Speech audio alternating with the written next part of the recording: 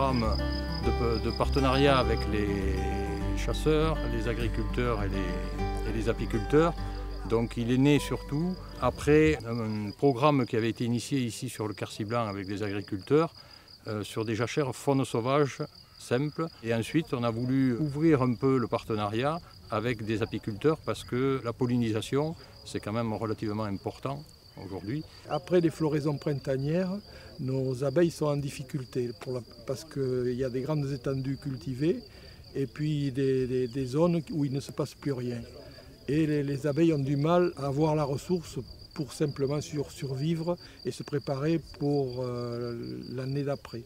Alors les jachères fleuries arrivent au bon moment, c'est très bien pour la préservation des ruches et de l'apiculture en général. Voilà. On a vécu dans ce département comme de beaucoup d'endroits de France où le petit gibier a progressivement disparu au profit bien sûr du grand gibier qui est chassé aujourd'hui et qui représente 80% souvent de l'activité chasse. Sur ces plateaux-là, il est vrai qu'ils avaient conservé quand même du lièvre et du perdreau rouge, mais aujourd'hui, l'agriculture telle qu'elle s'est transformée aujourd'hui refavorise ces populations. Au-delà de la partie technique, moi j'y vois en plus cette union qui se refait un petit peu au niveau du territoire.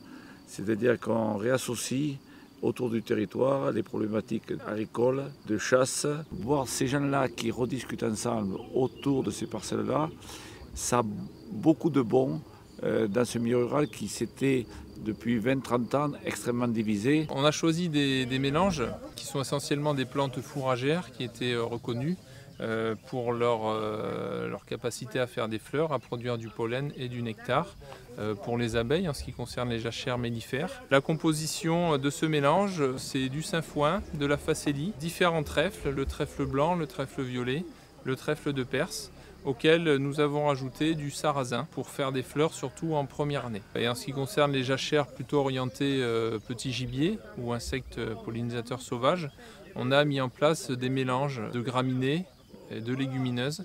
Donc la graminée pour avoir un effet structurant, pour permettre la pénétration des animaux et la circulation des animaux dans les couverts végétaux, et les plantes à fleurs pour attirer les insectes dont peuvent se nourrir certaines catégories de petits gibiers et également les insectes pollinisateurs. Ici on est sur une jachère un peu particulière, donc elle a un objectif plus particulier pour les espèces qui nichent au sol, donc perdrix, caille, alouette, éventuellement Eudicneum ou Busard pour les espèces protégées.